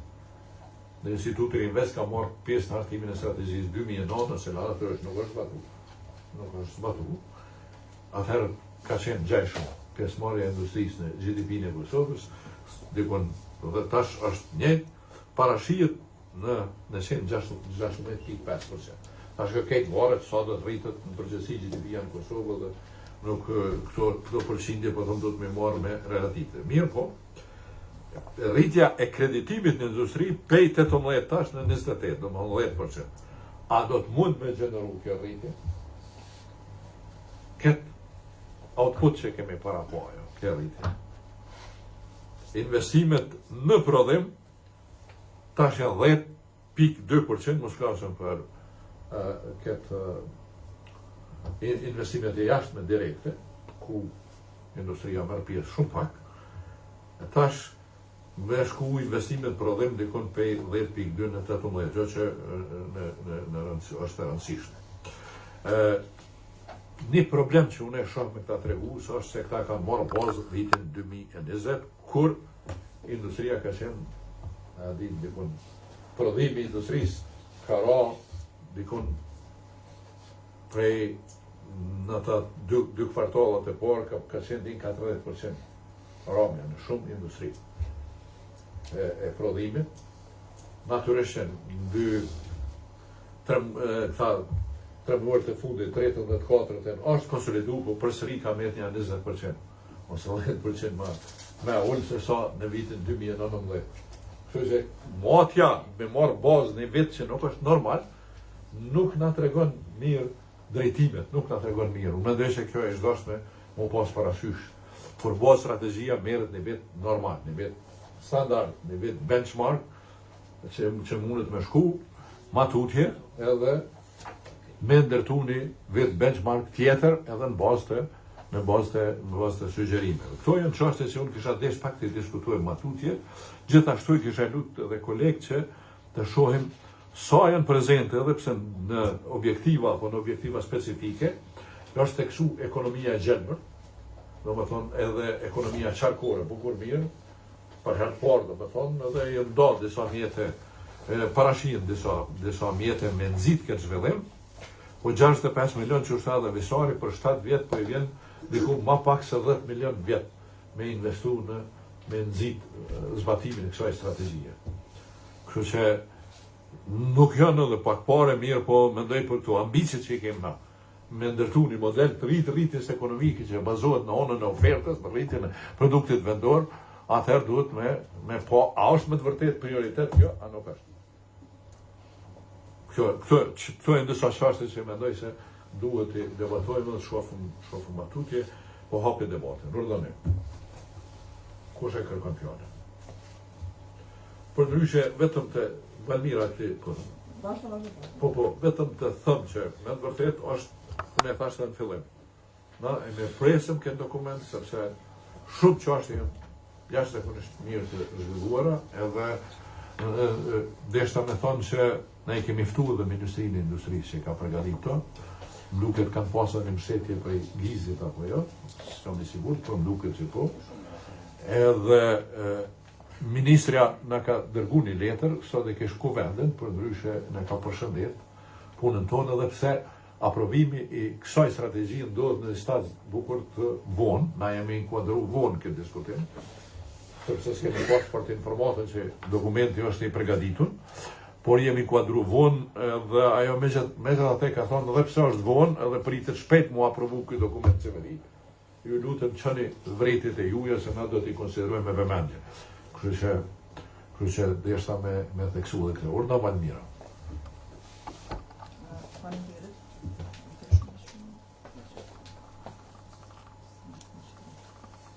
Faleminderit profesor, faleminderit kolegëve për fjalët hyrëse. Unë ndoshta veç 2 pika të shkurt, të cilat u ngritën gjatë debatit. Mas pari është të prezentohem fillimisht se me shumicën po njëhem, po jo me gjithë. Unë jam Valmira Reçbeqa, jam drejtoresh e kompanisë Rex Consulting Group dhe ekonomiste e përfshime në shumë strategji dejtash që janë zhvilluar në Kosovë. Padyshim që mendoj që dokumenti si dokument jemi gjithë për përshëndet edhe punën që është bë edhe kualiteti i dokumenti që ka dalë, po unë mendoj që gjithë ne kemi avancu në shkrimin e dokumenteve, në shkrimin e strategjive, brenga ime gjithmonë mbetet se sa po arrim dhe po implementojmë këto strategji. Gjithë ne në forma të ndryshme këto 15-20 vitet e fundit kemi qenë pjesëmarrës të hartimit të strategjive të ndryshme, po gjithmonë kemi ngesë në implementim. Kështu që edhe ky uroj të jetë një dokument i cili do gjejë zbatim dhe si tillë të jetë sa më realist me rrethanat në të cilat po jetojmë, po dhe ato çfarë po planifikojmë për tarmën. Në një pikë deshta mund dalë në një proces në cilin unë kam qenë e përfshirë, bashkarisht kanë qenë edhe disa prej kolegëve këtu të Institutit Rinvest, edhe në pikën që e ngriti edhe Branimiri në ndërlidhjen e këtij dokumenti me strategjinë për specializim të mençur. Ndoshta veç të jap si informatë që ne si kompani kemi qenë kontraktuar nga GRC për me facilitu procesin. Faktikisht ka qenë facilitimi i procesit të fazës së tretë të hartimit të kësaj strategjie, që quhet EDP ose Entrepreneurial Discovery Process, që është pak a shumë një proces i dialogimit në mes të qeverisë, sektorit publik, qeverisë, sektor publik, sektorit privat, akademisë edhe organizatave jo qeveritare, dhe ka qenë një proces jashtëzakonisht i lodhshëm, jashtëzakonisht sfidues. Mendoj që gjithë ne bashkërisht kemi kaluar nëpër ato sfida, po mendoj që është ndoshta një ndër herat e para që zhvillu një strategji me një konsultim me palë të interesit, pavarësisht gjitha problemeve. Brenda ime, që vazhdon të jetë edhe sot, ne kemi përfunduar këtë fazë të konsultimeve, ka qenë një pavarësisht që ka pas pjesëmarrje nga ana e qeverisë, po pjesëmarrja e qeverisë ka mbet gjithmonë në nivelin teknik të njerëzve që janë staf civil, edhe brenga ime gjithmonë ka mbet se sa do të jetë edhe kjo politikë ose edhe kjo strategji të shtyhet edhe nga niveli i politikë bërjes në nivel më të lartë, e cila do të siguron pastaj edhe implementimin e asaj për çka jemi mbledhur dhe kemi diskutuar dhe kemi identifikuar. Unë pak jam çudit që pse domethënë pavarësisht që përmendje edhe profesori, përmendje edhe Petriti dhe Pesniku në fjalët e tyre që përmendën pak a shumë shkara zi sektor, po për informatën e juaj, paraprakisht qeveria i ka identifikuar 5 sektor me prioritet. Ndoshta mundemi përmend për ata që nuk e dinë ose ata që nuk kanë qenë përfshirë, se disa pishoj që veç kanë qenë përfshirë në atë proces, është industria e përpunimit të drurit, është green energy ose energjia e gjelbërt, është industria kreative, është ICT-ja edhe industria e përpunimit të ushqimit. Do të thonë këto janë 5 sektor me prioritet dhe unë natyrshëm kisha prit që këta 5 sektorët janë të reflektuar edhe në këtë strategji. Për mua ka qenë pak befasi me pa sektorin e përpunimit të gomës, jo pse nuk është me rëndësi, po mendoj që jemi duke folë për të njëjtën qeveri, jemi duke ishdash me folë për të njëjtat prioritete dhe ishdash me folë për të njëjtin përpushtim. Pavarësisht asaj, ndoshta po flasim prapë për drafte tjera, unë nuk e kam pa këtë draftin me ndikim buxhetor dhe financiar. Për mua mbetet pak pyetje sepse është diku rreth 60 milion këto që përmendet ju, nuk është që e kam pa, kështu që s'moj me vlerësu me saktësi mënyra se si është kostu ose se çka është përfshirë në vlerësimin e kostos së këtij buxheti, por nëse flasim për diçka 7 vjeçare, po më duket që jo pak krahas ambicieve dhe objektivave që vendos, po më duket që është pak underestimated, domethënë e në 2026. Ne, okay, nëse për 3 vjet atëherë edhe mund të flasim, por nëse flasim për 7 vjet, po më duket që jo pak. Domethënë kjo çështje. Tjetra çështje që prapë du me ndërlidh, unë kam qenë informuar me gjatë procesit që është bërë, nuk kam qenë përfshime në proces të hartimit, po vetëm për informat, ndoshta nuk e di nëse ka këtu përfaqësues të bizneseve, e di që në disa workshope kanë qenë të përfshim, sepse ngriti Petriti çështjen e metodologjisë që nuk është e saktë. Këto kam si informacion që në disa workshope përfaqësues të odave ekonomike kanë qenë të përfshim, po në çfarë niveli, ndoshta nëse është dikush përfaqësues mundet me thonë. Prap një breng tjetër që vajton plotësisht me çështjen që e ngriti Petriti më herët është ky mekanizmi institucional edhe mënyra se si do të garantohet ose do të sigurohet implementimi i kësaj strategjie, sepse përfshirja është multidisciplinare, përfshin sektor të ndryshëm, kërkon përfshirje të gjithë akterëve. E kjo për mua nuk është e qartë në dokument, po nuk po është e qartë edhe nga praktika që po i shoh çdo ditë. Këto kanë 2-3 çështje që mos më marr kohë, mundem u kyç prapë më vonë, po vetëm ndoshta më tepër me informu, ndoshta edhe vetë si informate përgjithshme. Kosova ka qenë jashtëzakonisht mbrapa me këtë procesin e Smart Specialization Strategy. Tash jemi në një fazë diku në mes.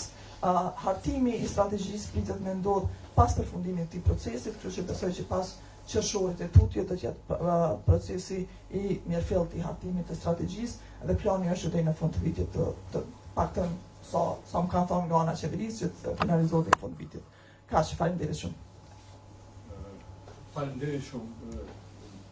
Mira, faleminderit. Më e thonë, është shumë, unë dojsha pikërisht Albanin me pyet këtë proces Smart Specialization, ju e mbulut, për arsye se në të vërtetë strategjia e industrisë aftësia konkurruese tash ndërtohet me digitalizim kryesisht. Digitalizimi, sistemet e informacionit, ajo ndërton diferencën në produktivitet, digitalizimi i proceseve, përmirësimi i zinxhirit vleror me inkuadrimin e teknologjisë informatike, është esenciale dhe digitalizimi është kyç. Këtu përmendet digitalizimi, por sipas mendimit tim, kjo duhet më thellu, sidomos nëse do të modifikohet strategjia diku në 2026 apo jo, sa kjo. Po edhe është ekonomia e gjelbërt, ndoshta e keni kthyer pak, tu parashihet një vlerësim, nuk di ku e kanë bazuar, se tash ekonomia e gjelbërt dikon 0.8%. Edhe ekonomia qarkore, për përgjithësi, domethënë, për të përfshirë dhe ekonominë qarkore dhe ekonominë e gjelbërt, në këtë dokument thuhet 0.8% GDP. Merë pjesë tash Kosova, nuk di ku është burimi analitik në botë shkafës, sigurisht do të bisedojmë edhe me ministri për me po, ku është edhe parashijet do me thonë në 2030 1.3%. Më rritë, 5.08, 1.3% GDP-s. Duhet me vlerësua, ndaj pe ftoj Luanin pak edhe vetu parasit për komente lidhur me këtë çështje. Veç një sekund shkurt se të diskutuar për metodologji, këtu e kam përmendur metodologjia, ta mos hyjnë në hak. Nuk e kanë elaboruar, po veç kanë thonë UNIDO dhe Unë e kam metodologjia UNIDO-s. Unë e kam që këtë grafikuar në të. nuk e kanë sharu që është e vërtetë. Po, jo, e kanë ta sharës metodologjia me mirë, po UNIDO është e thirrën për industri. Urdhoni. Faleminderit Muhamet. Deshta disa komente mbi gjitha këto që u thanë tash me thone, me qenë se kemi met mes nesh, po shogati 90% reinvest jemi, edhe po, turp të kena ata që na kanë lënë vetë, kështu na kanë prish pak me prezencën e tyne, me na trazu. Por i ka përparësit e veta që jemi turqisht i thojnë bize mes nesh. Muj me fol pak ma lirë shumë disa gjana. Transmetimin direkt, besoj me këto dy persona, te dy që janë aty. Okej. Faleminderit. Jo, desha diçka tjetër, do të thonë.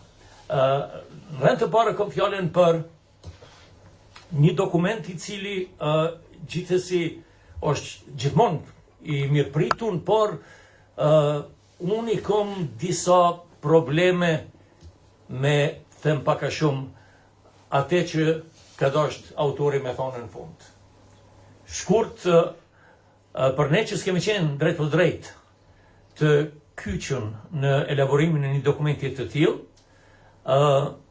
e kemi shumë lehtë për me mri deri te disa konkluza dhe konkluzat e mia shkojnë këtë drejtim. E para është substanciale. Çka është industria? Deshta me u përkujtua edhe njerë çka është industria, sepse ky nocion i industrisë ka ndryshuar me kohë. Për ne që jemi pak më të lashtë se sa ju të tjerë,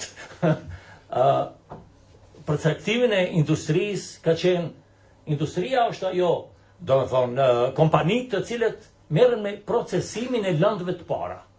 Pra, keni lëndë të parë, e proceson dhe përfundimisht dhe shitjen e tij.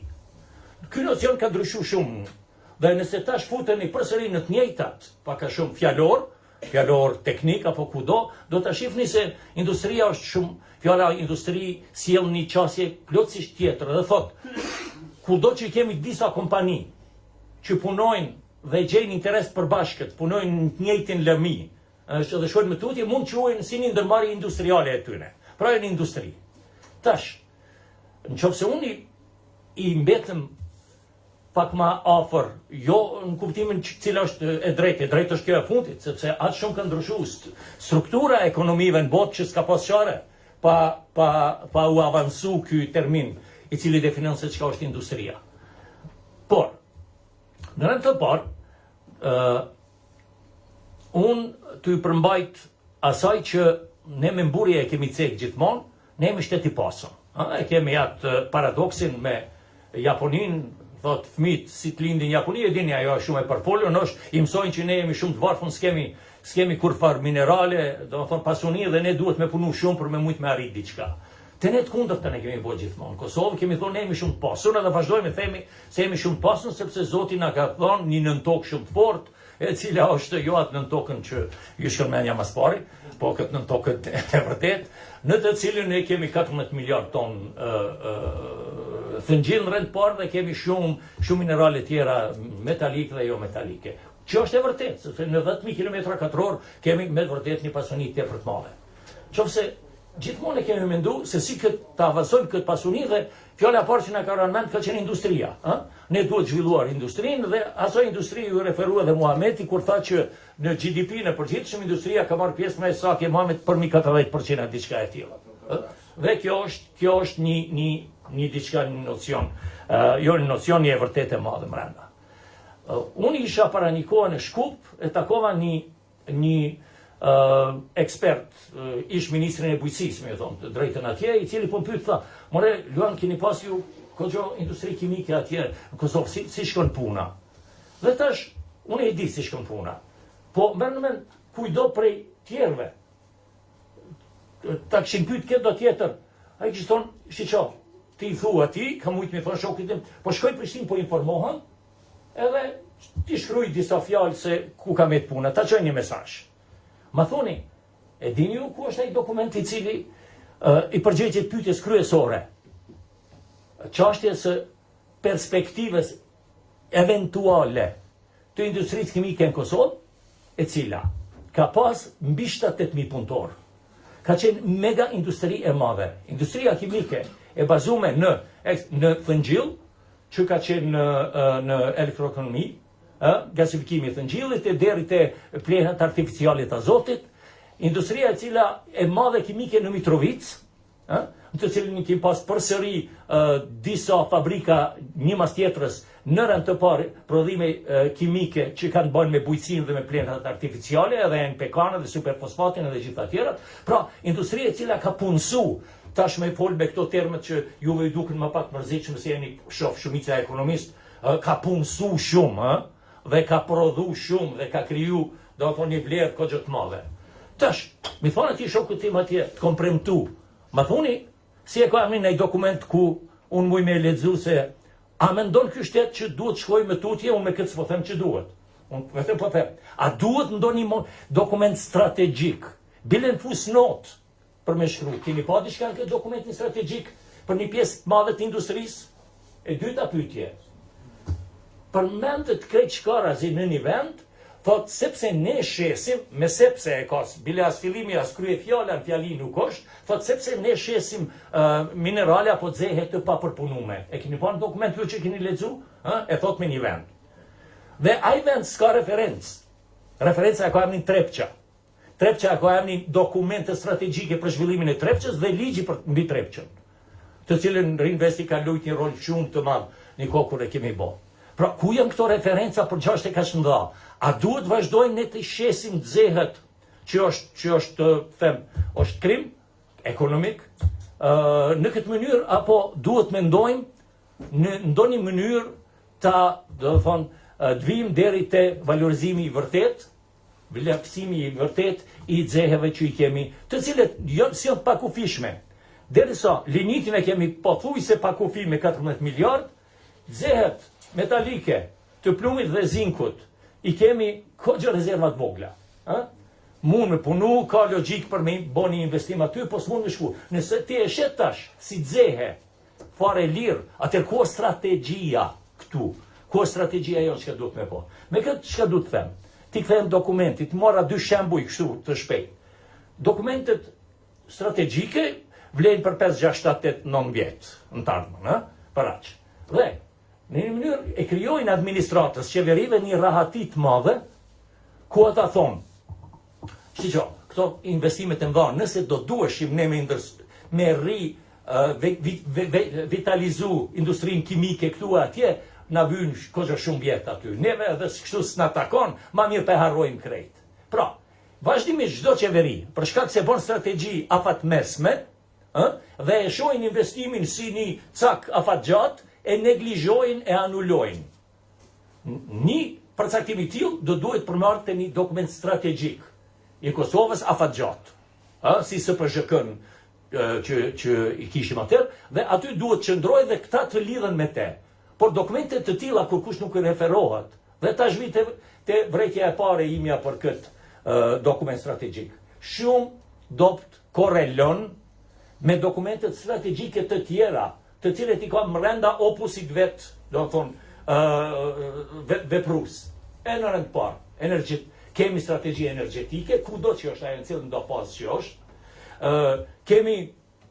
kemi strategji për zhvillimin e bujqësisë, zdi si strategjia ku e kemi, do të thonë, si është e përcaktume, po kemi dokumente strategjike të tilla, kemi dokumente strategjike i cili vendos limitet kryesore zhvillimore të industrisë në të ardhmen, e që e ka emrin Western Balkans Green Deal, apo dokumenti marrëveshja e Gjelbert për Ballkanin perëndimor, e cila edhe më tutje është të bërë një prej dokumenteve kryesore zhvillimore të secilit vend në Ballkan.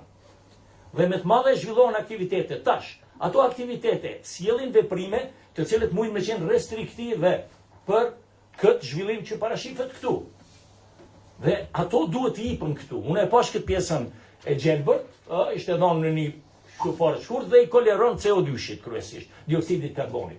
Koleron me dioksid karbonit sepse e kishte të gatshme prej asaj strategjie që i kishte bo Branimiri e të tjerët, dhe e kanë marrë koll aty me thonë që CO2-shin në këtë mënyrë, po mirë, CO2-shin do ta shpëtojmë botën. Po çka dojmë me bo me tjerat, me ndotësit, sepse industria sjell në mënyrë të pa evitueshme ndotjen e popullsisë lokale, neve kosovarëve në rend parë këtu, që janë në ajër, SOX-i, NOx-i, komponimet volatile të karbonit, CO-ja, e tjera. Në këtë aspekt, asë një fjalë nuk e kemi se si në një mënyrë do duhet reflektohet apo të lidhen këto që propozohen më tutje. Nëse më thotë të përfundoj, çka mbajten në mend, cili o vizioni strategjisë? Vizioni strategjisë po mdel që është me zhvillu mobiljerin, industrinë e përpunimit drunit mobiljerin, plastikën edhe gomën. Goma pjesë industrisë kimike, por asnjë fjalë s'ka cilën pjesë gomës, ku dojnë gomës, me cilin bazament. Nëse dojnë polietilen e polipropilen, cilin polietilen e propilen, ku e kemi landën e parë për to? Nuk ka fare të tilla, dhe thot do ta bëjmë ke goma, disa prodhime bujqësore në mënyrë shumë, them kështu eksplicite, përmendën dhe mbetëm aty. Kështu që unë këtë strategji mësova që pas keme bo ma shumë mobile, pas keme bo aty këtu pak gome dhe plastik, nashta kese ma tepër në përveç shërbime e malirë, por nuk pa shumë të tjera.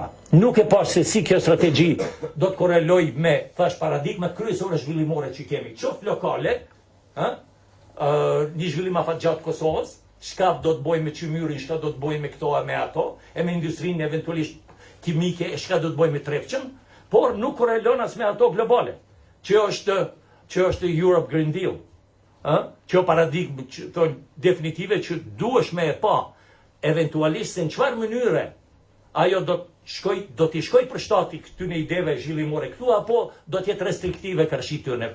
Po mbyll këtu.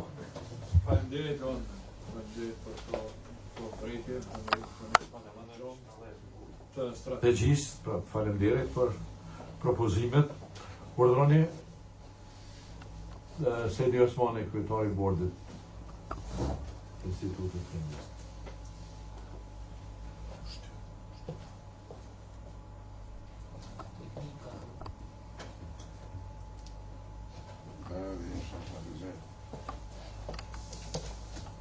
Përgëzoj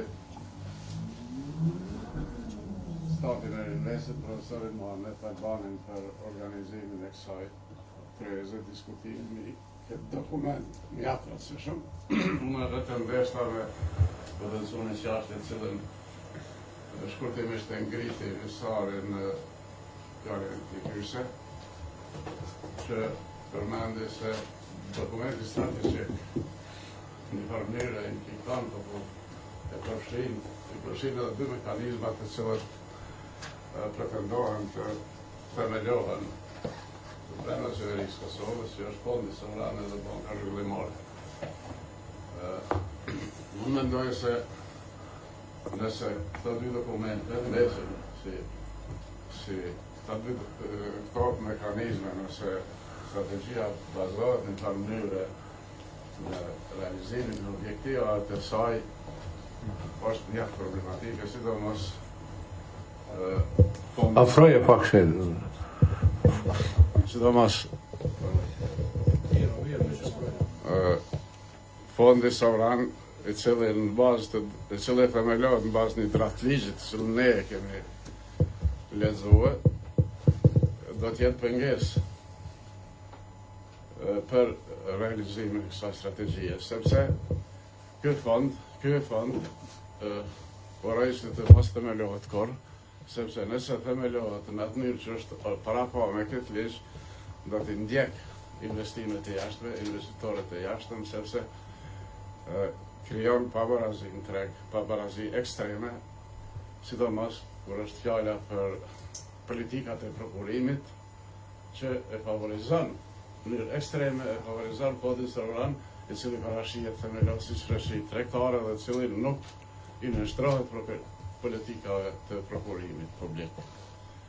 Mandej ka edhe mjaft probleme tjera që ky ligj i mbysundon ligjet tjera, sidomos kur është fjala për ligjin e Trepshës, nëse e prek ligjin e Trepshës, atëherë është me pasoja katastrofike do të jetë në të ardhmen. Edhe ligjet tjera, ligjin e prokurimit dhe ligjin e kompanitë, shoqëritë tregtare e tjera është në gjitha ato ligje. Prandaj mendoj se duhet edhe këtë problem të ngritet nga ky debat si një rekomandim që t'ju referohet këtyre debatit sot. Faleminderit. Faleminderit zotni kryetari bordit, mendoj se kjo është shumë e vend, për arsye se na jemi përqendruar çështje teknike, por këto dy institucione nevojitet shumë diskutim për to. Na në diskutime për fondin sovran kemi thonë mos me shku matutje pa bërë një student fizibilitetit në institucione shumë prestigjioze. Cilat do të jenë efektet, sa ka fuqi gjeneruese Kosova me një fond në aspektin e investimeve, vemo për t'i atë probleme. Ata kanë thonë që nuk kemi pare me bo studimin, prandaj s'pe bojmë hecë dhe po shkojmë drejtën ligj. Edhe ligji mbartën vete problemet për cilat folje se di una, i kemi edhe në fazën e parë, i kemi dhonë ato dhe tash i kemi që vrejqet, qeveritët shofën qka do të bërë. Këtë me propozimet tonë, sugjerimet, vejtë. Mirë, tjetër, vazhdojmë me diskutim? Në që ose askush nuk parasitet, atëre kisha ftu Branimirin, që ose është lidhjen, që ose kost. O dojnë, ha? Dhe Sara, kitë me shtu dishka. Bazë debatet. Basta, veç qarimet, bazë të diskutimit, është ju një lloj keq kuptimi këtu që ky dokument strategjik, kjo politik është e fokusuar në dy sektorë. Natyrisht që dokumenti përmend dy sektorë me prioritet, që është industria e gomës së plastikës. Përndryshe, goma nuk është sektor me prioritet dhe vetimu, mirë po kështu është i emërum sektori sipas nomenklaturës në ACE. Divizioni 22 më konkretisht shkruan industria e plastikës dhe e gomës. Përndryshe, unë besoj që këtu fokusi do të jetë në përpunimin e produkteve të plastikës.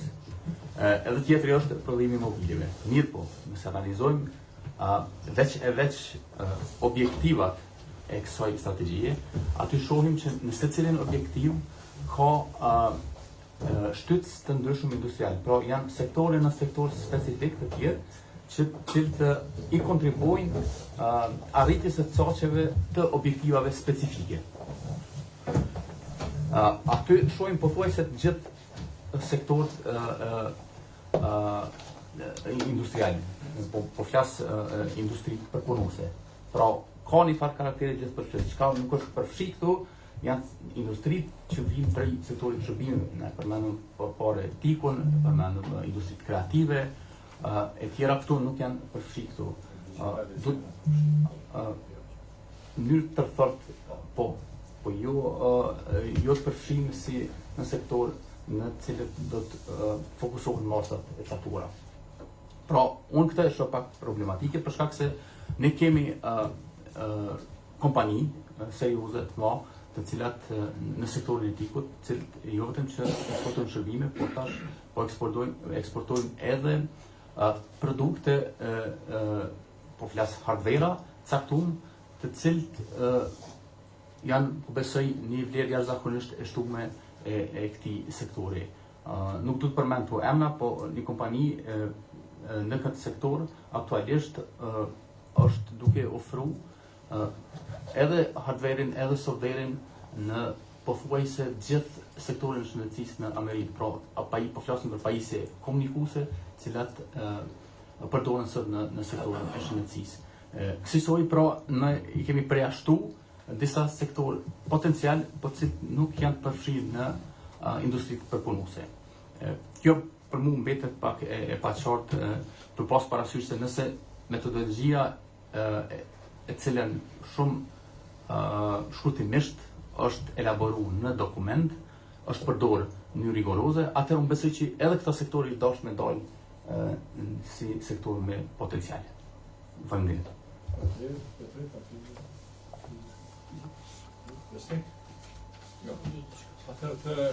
Përfundojmë, mendoj se debati ishte i vlefshëm, edhe ka pas një përcjellje edhe online pe shumë edhe aq më tepër për shëndet student, një pjesë mirë e studentëve janë studentët e Fakultetit Ekonomik të Prishtinës se kanë përcjellë debatën, gjë që është shumë e dobishme për ta, por edhe pash edhe të prej institucioneve disa pjesëmarrës edhe të tjerë.